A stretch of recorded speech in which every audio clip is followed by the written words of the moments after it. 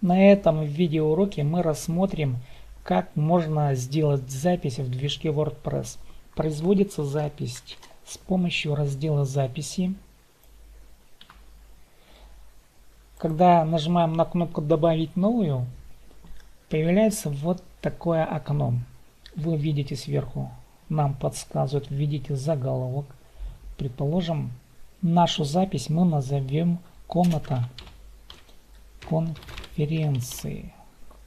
Это заглавие записи. И сама запись содержания сайта производится вот уже в нижнем окне. Я нажал на эту пиктограмму. Эта пиктограмма раскрывает следующую дополнительную часть, с помощью которой можно потом уже редактировать текст. Я заранее приготовил определенный текст. И этот текст я просто здесь вставлю. Обычно рекомендуется изначально набрать текст в каком-нибудь редакторе и вставлять в эту систему. Так удобнее. Предположим, мы вставили текст.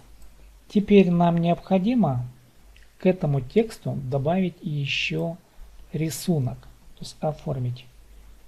Курсор нужно поставить на то место, куда мы хотим вставить рисунок. В данном случае для примера я ставлю около слова «каждый», слева, предположим, да.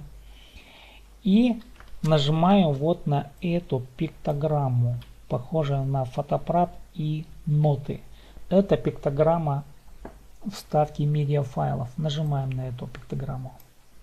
Открывается такое вот окно.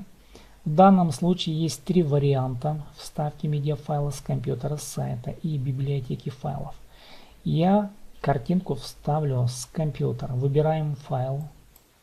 У себя в компьютере нахожу те рисунки, которые мне нужно теперь поставить в эту запись. Скажем, выбираем вот такой вот скриншот. Скриншот загружен, но тут можно сделать кое-какие настройки. К примеру, вы видите, что размер записи 339 пикселов на 179. Если вам покажется, что это много, можно отредактировать эту картинку в этой кнопочке. Идем в раздел «Масштабировать». Нажимаем на это слово. И в данном случае, вот в исходных размерах, мы можем поменять наш размер картинки. Предположим, в ширину я ставлю 250 пикселов, и автоматически здесь идет самонастройка. Жмем на кнопку «Масштабировать». Далее. Заголовок рисунка оставляю тот же. Пока я тут ничего менять не буду. Единственное, здесь я хочу сохранить все изменения, которые мы произвели. И у нас размеры рисунка окажутся уже в полном варианте 250 на 132.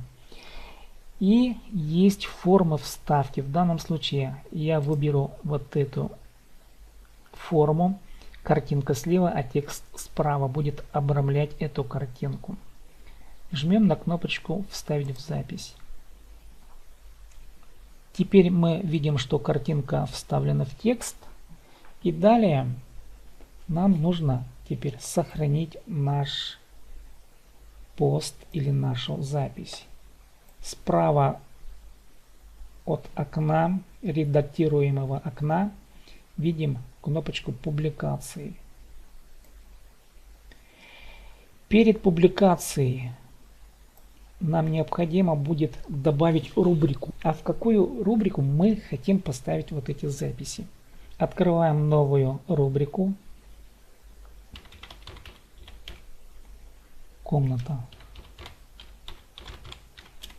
конференции. Оставляем ее в качестве родительской рубрики и добавляем новую.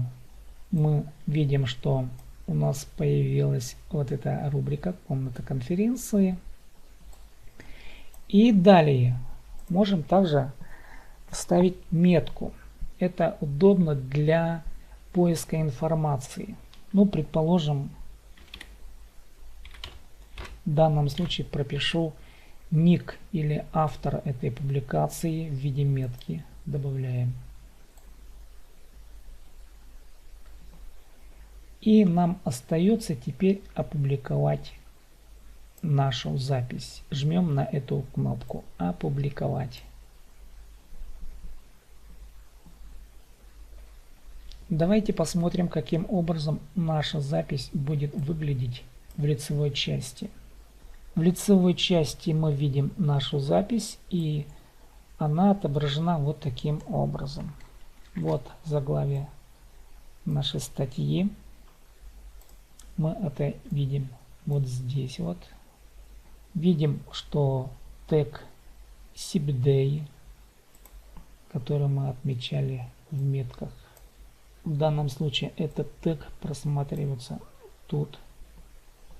Видим, что у нас появилась рубрика «Комната конференции». И в статье эта рубрика, она указана вот тут. Спасибо за внимание. С вами был Сергей Майнагашев.